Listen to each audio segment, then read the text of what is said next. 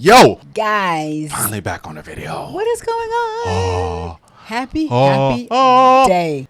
Happy day, guys. Happy day. Go check out our live we did yesterday. It was really, really good. Letting you know where we've been, what we've been doing, and what is to come. Let's tap right on into these videos. Ice cream so good.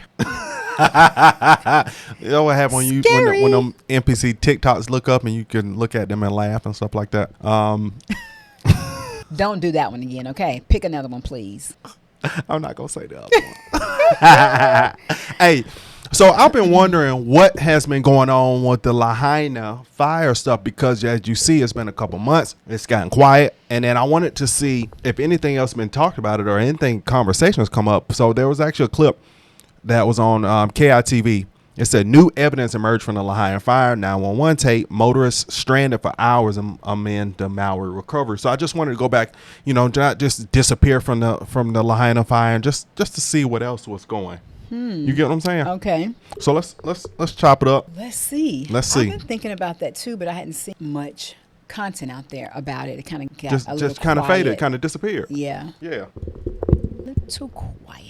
Efforts continue on Maui. The Lahaina FIRE 911 tapes provide more evidence of how motorists were stuck on Front Street and Baker Street 1.5 hours after the 2:50 p.m. flare-up was called in. KIT4's Jeremy Lee met with one survivor who captured the scene on Baker Street. And Jeremy, you were shown evidence for the first time of an evacuation alert. That's right, Leah. What's so unusual about this wireless emergency alert text message is that Noelani Tot received it at 4:17 p.m. near Front Street. The evacuation order is only for the 3-block by 4-block subdivision of Kilauea Mauka, located a little over a mile uphill from Front Street, just Mackay of the bypass. What's more, we haven't found anybody yet who lives in Kilauea Mauka who actually received this text alert. But Noelani Tot told me she received it while on Baker Street, where she and her kids were stuck in gridlock and soon surrounded by burning buildings. The mother of 3 ended up there after they were unable to access Highway 30 off Lahaina Luna Road. There was a police officer at the bottom. There was cones blocking the road if you wanted to drive like towards Ka'anapali, Napili side. Myself and the line of traffic I was in continued straight down Lahaina Luna Road, headed towards Front Street. 911 emergency, how can I help you? So my question is, what if you wanted to, what about people that said, forget this, I'm bucking the system. Let's say you're in a motorcycle. Man, forget this, I ain't listening to dude. I'm about to go exactly what leads me out of town and into safety. What happens? Does somebody just come and, you know, say they chase you down, and amidst all the directing people in traffic, they just come and chase you down going out of town? Now, I believe some people bucked and got out, but the majority couldn't do that. Yeah, I don't know. I wonder if the safest person in that time was a motorcyclist. Good question. Good question. Can I get another? I don't know. So I need to get another motorcycle. No. No motorcycle. No, thank you. Sorry. No motorcycle. No, thank you. Sorry. Hubby crashed more than one time. No, thank you. No, thank you. Calling down from Lahaina. We're on Front Street in Baker. There are a bunch of cars stuck in traffic down here, and the structures around us are on fire. Look at that. It's like a tornado behind the fire. We were just stuck. There was nowhere to go, and there was no help.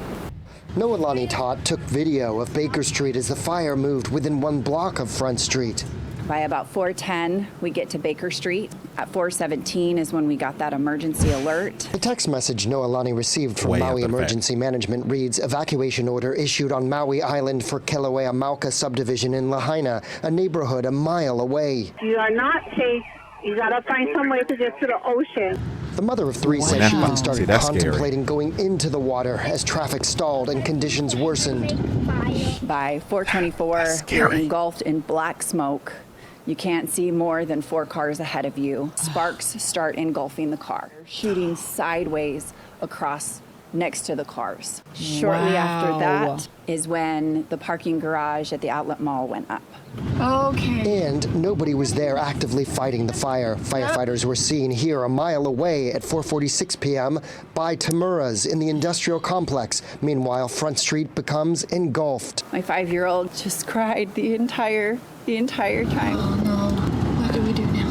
And it wasn't until After we got to like behind Safeway where he could see a little bit of blue skies, that finally he fell asleep too because he was just so tired.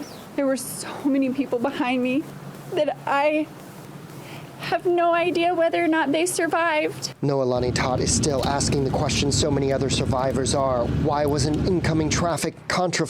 My question is, who's holding the camera? Because that's the toughest thing that I can imagine doing when something is so hectic. Sometimes my thinking don't even get straight when I'm in when it's such a situation. How do you have time to hold a camera and let's record this? And then on when she was talking about too, I was contemplating getting in the water. The water is the first place I'm gonna go if I know they're gonna let me out, because I know this gonna be the end if I sit right here.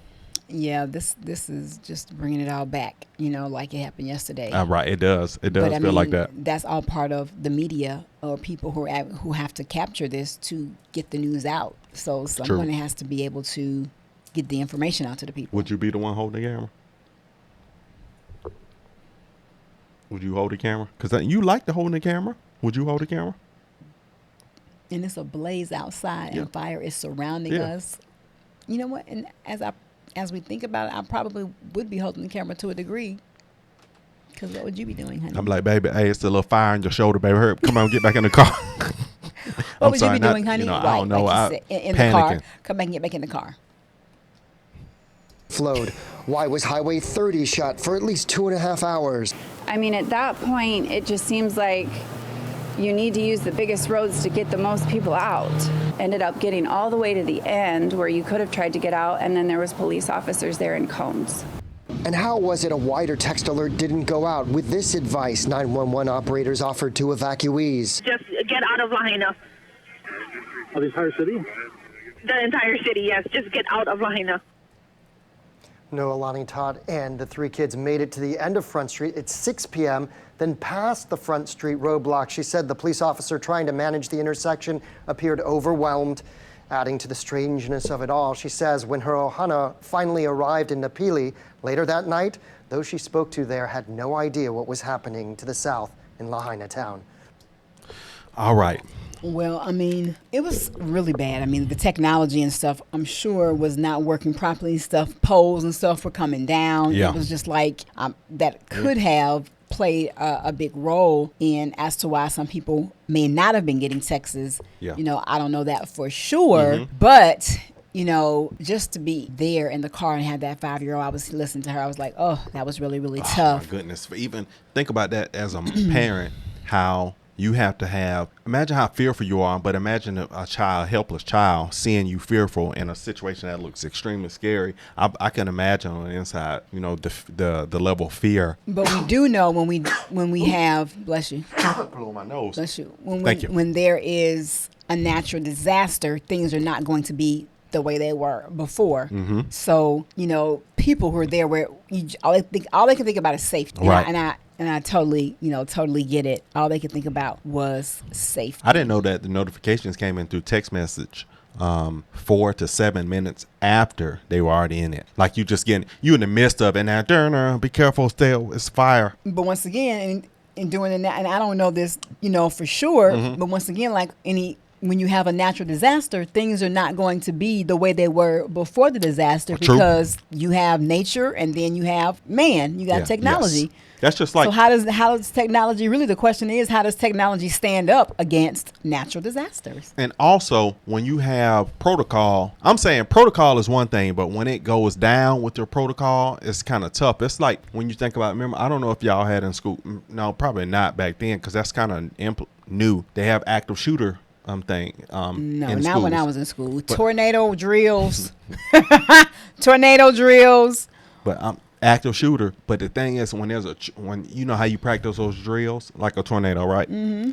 But it's a whole different feel practicing a drill when the real tornado was outside. Well, no, there was a tornado when I was in elementary school, and glass was flying, and we did the same thing. We've been practicing. Teachers, it's all about being cool, calm, and collected when you really want to lose control. In a situation where you have to keep it all together for a matter of life or death, it behooves the person to keep it all together, but everyone may not. But nevertheless, the teachers were cool. Yeah. I don't remember teachers panicking. So they were able to get us out in the hallway and we were able to get down. And glass did fly. There was glass that flew.